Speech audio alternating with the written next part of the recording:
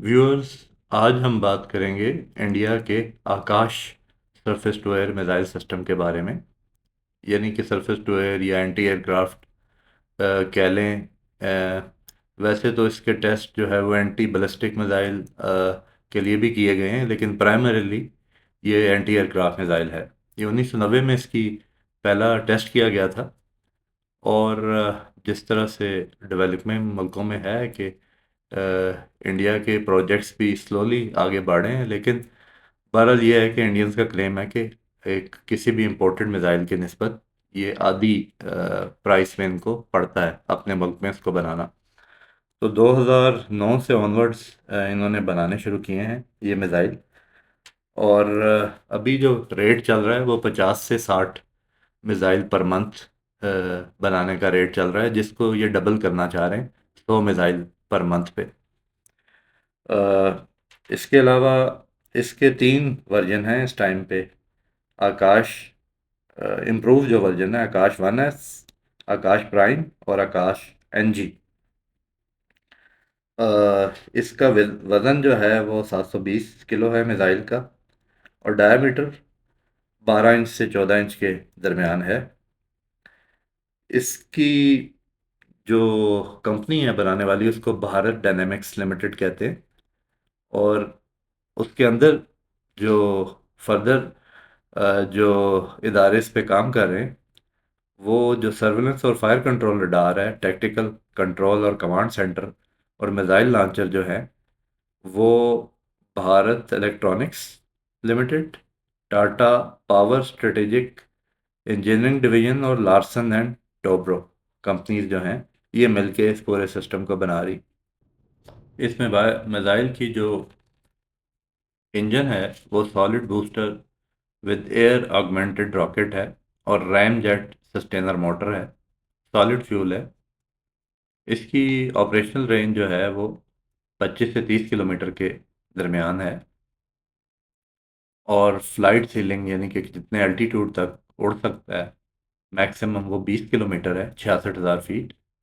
और flight altitude यानी कि जिस पे फ्लाई कर सकता है वो 18 किलोमीटर है, 59,000 फीट। तो उसमें एयरक्राफ्ट तो सारे कवर हो जाते हैं, जो उनकी मैक्सिमम जिस हाइट पे वो उड़ सकते हैं। मैक्सिमम स्पीड जो मिसाइल की है वो 1.8 से लेके मैक 2.5 तक है। Guidance system command guidance with data link है। और जो टर्मिनल है यानी कि एंड पे जाके जो उसकी गाइडेंस होती है वो एक्टिव रडार होमिंग है। इसको जिस चेजेस यूज़ की जाती है वो T-72 टैंक की, या जो इनकी BMP इन्फेंट्री फाइटिंग व्हीकल है BMP-2, उसकी चेजेस यूज़ करते हैं। या फिर जो इसका लेटेस्ट वर्जन है उसमें टाटा मोटर्स का हैवी मोबिलिटी ट्रक वो यूज़ किया जाता है। फाइटर एयरक्राफ्ट के अलावा क्रूज मिसाइल और एयर टू सरफेस मिसाइल को भी ये निशाना बना सकता है। इसका जो रडार है वो, उसका नाम है, ये भी लोकली डेवलप रडार है, रेजेंड्रा 3D पैसिवली इलेक्ट्रॉनिकली स्कैंड अरे रडार, यानी कि पीसा जिसको रडार कहते हैं। और एक इसकी बैटरी जो होती है उसमें 4 लॉन्चर होते हैं और हर लॉन्चर पे 3 मिसाइल होते हैं।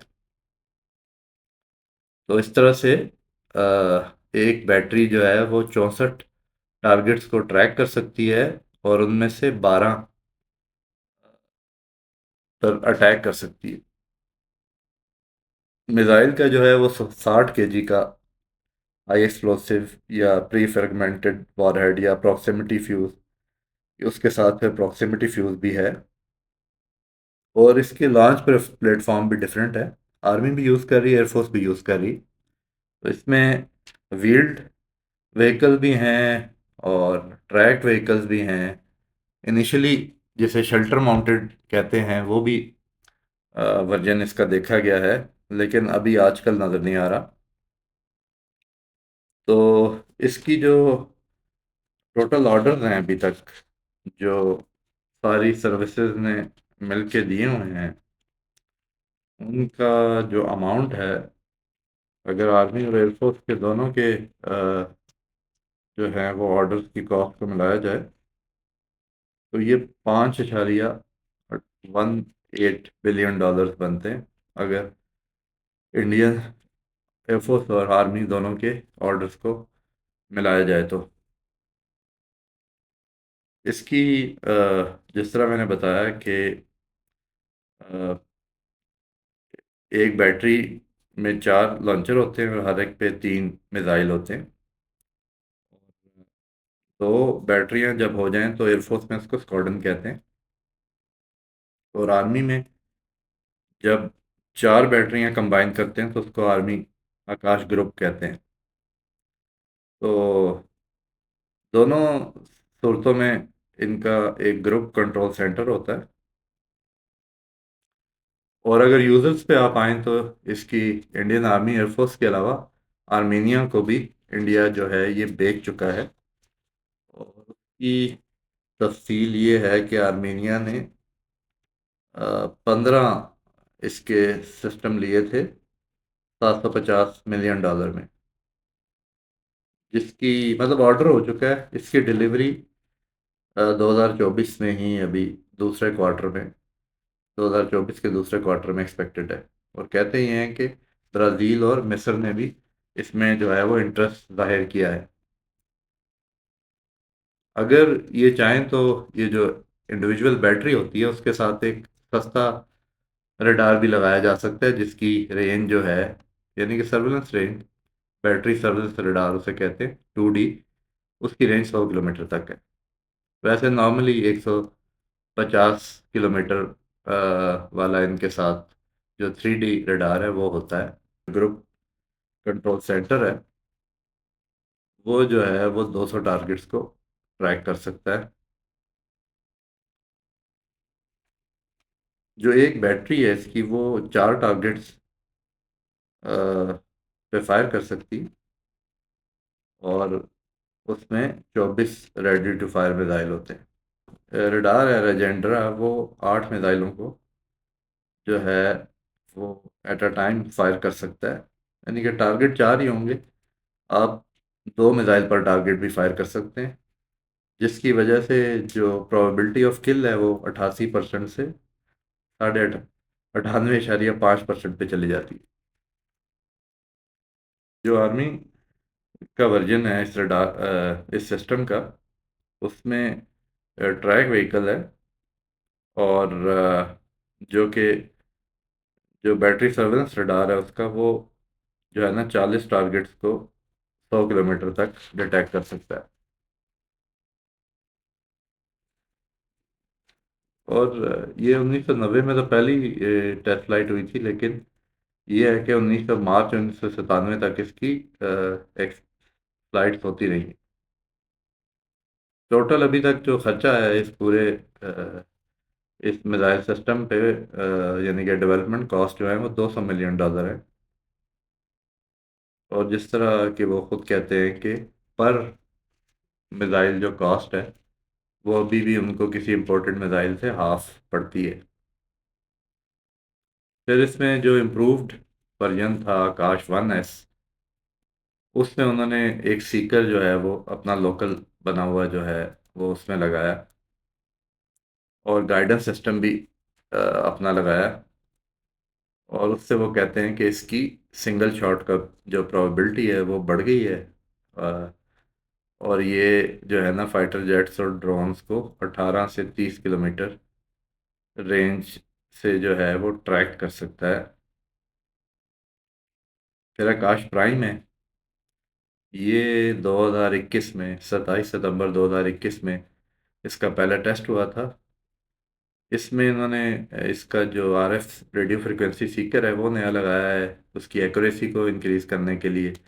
फिर ये है कि लो टेम्परेचर और हाई एल्टीट्यूड ऑपरेशंस जो इंडिया को कश्मीर की तरफ फेस होते हैं, लेह की तरफ, ख़ास तौर पे जो चाइना का बॉर्डर है, उसके लिए उन्होंने इसको मॉडिफाई किया। इसका ग्राउंड सिस्टम भी मॉडिफाइड है। फिर एक आकाश न्यू जनरेशन के नाम से इसका लेटेस्ट वर्जन है, और वो उसकी देखने वाली शेप भी ऐसी है कि आपको पता लगता है कि जैसे कोई नया सिस्टम हो। क्योंकि उसमें अगर इसको ये कोई नया नाम भी देते तो दे सकते थे, बहरहाल उन्होंने जारी रखा। और इसको अप्रूवल 2016 में हुआ था। और इस प्रोग्राम में $85 मिलियन जो है वो एलोकेट किए गए थे।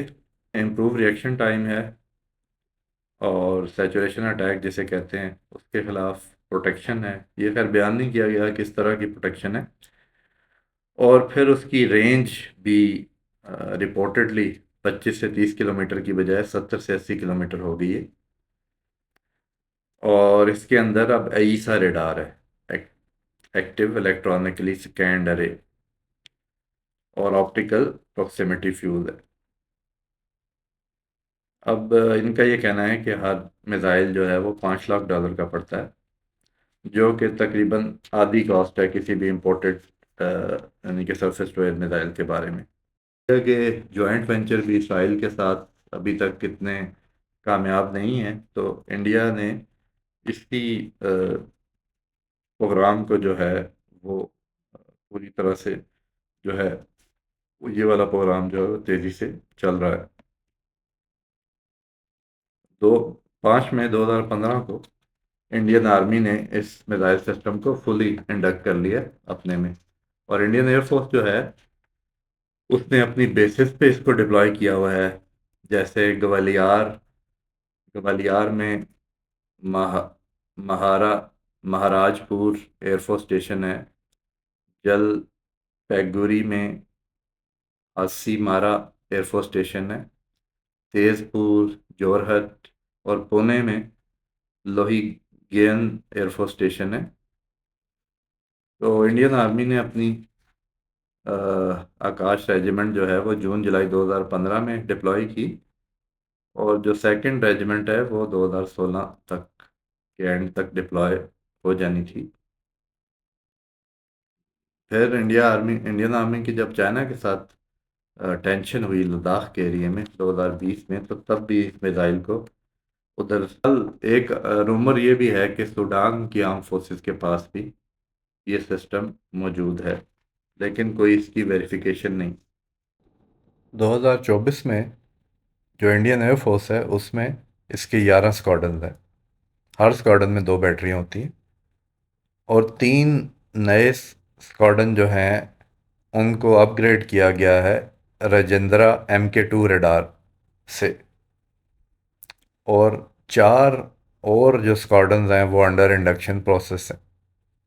तो हर स्क्वाड्रन में 8 लॉन्चर यानी कि 2 बैटरियाँ जिसके 8 लॉन्चर बनते हैं और 125 मिसाइल बनते हैं। इंडियन आर्मी में इसकी 2 रेजिमेंट ऑर्डर की गई हैं और हर रेजिमेंट के 24 लॉन्चर्स बनते हैं। और 2 और जो हैं वो ऑन ऑर्डर हैं। 2 और रेजिमेंट्स जो हैं वो ऑन ऑर्डर हैं। आर्मेनिया का जैसे मैंने बताया कि उन्होंने 15 सिस्टम्स जो हैं वो हासिल किए तकरीबन $725 मिलियन में। तो ये था इंडिया के आकाश मिसाइल के बारे में।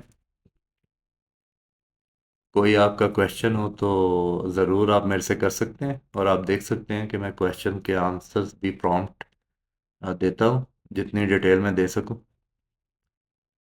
इसके अलावा अगर आप इस मिसाइल की बात करते हैं तो ये एक मिसाल है कि अ, अगर आप अ, इदारे जो स्टेट में होते हैं हर एक की एक अपनी थिंकिंग होती है।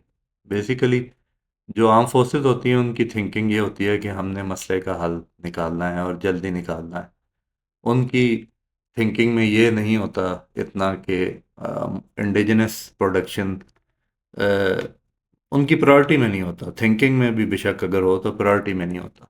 तो आपकी मिलिट्री ब्यूरोक्रेसी या डिफेंस मिनिस्ट्री को बेसिकली ये प्रेशर देना पड़ता है फौज को कि वो इंडिजिनस सिस्टम्स को इंडक्ट करे और आप इंपोर्ट को डिस्करेज करें। ये चीज़ होती बड़ी मुश्किल है क्योंकि इंपोर्टेड चीज़ के इंस्टेंट रिजल्ट्स होते हैं और बाज़ सूरतों में करप्शन भी उसमें जो है वो बड़ी आसान होती है इंपोर्ट के कॉन्टेक्स्ट में। तो अगर सिंसियर लोग भी हैं तो अगर करप्शन ना भी हो तो फिर भी जो इंस्टेंट रिजल्ट वाली बात होती है इसकी वजह से फोर्सेस जो हैं वो हमेशा मोटिवेटेड होती हैं कि कोई ऐसा सिस्टम दिया जाए जिससे फौरी तौर पे हम इंडक्ट करें और कोई प्रॉब्लम ना हो। इंडिजिनस चीज़ों में आपको प्रॉब्लम तो आ सकते हैं, उनमें ख़राबियाँ भी हो सकती हैं, लेकिन लॉन्ग टर्म में क्योंकि सारा सिस्टम, उसके बनाने वाले लोग, आपके पास ना सिर्फ ये कि मशीन्स बल्कि लोगों की स्किल्स भी मौजूद रहती हैं अगर आप उस R&D को फाइनेंस करते रहें। तो इंडिया जैसे बड़े मुल्क के लिए ये इम्पोर्टेंट है कि वो इंडिजिनस चीज़ों को डेवलप करे, क्योंकि उनको चीज़ें भी बहुत बड़ी तादाद में जो हैं वो चाहिए, जो सिस्टम्स भी हैं वो भी इतनी बड़ी तादाद में चाहिए कि उनके लिए फिजिबल भी है कि वो लोकल सिस्टम्स जो हैं वो प्रोड्यूस करें ज़्यादा से ज़्यादा। तो आज के लिए इतना ही। टेक केयर, और सब्सक्राइब करना, लाइक करना, शेयर करना ना भूलिएगा। Take care, bye.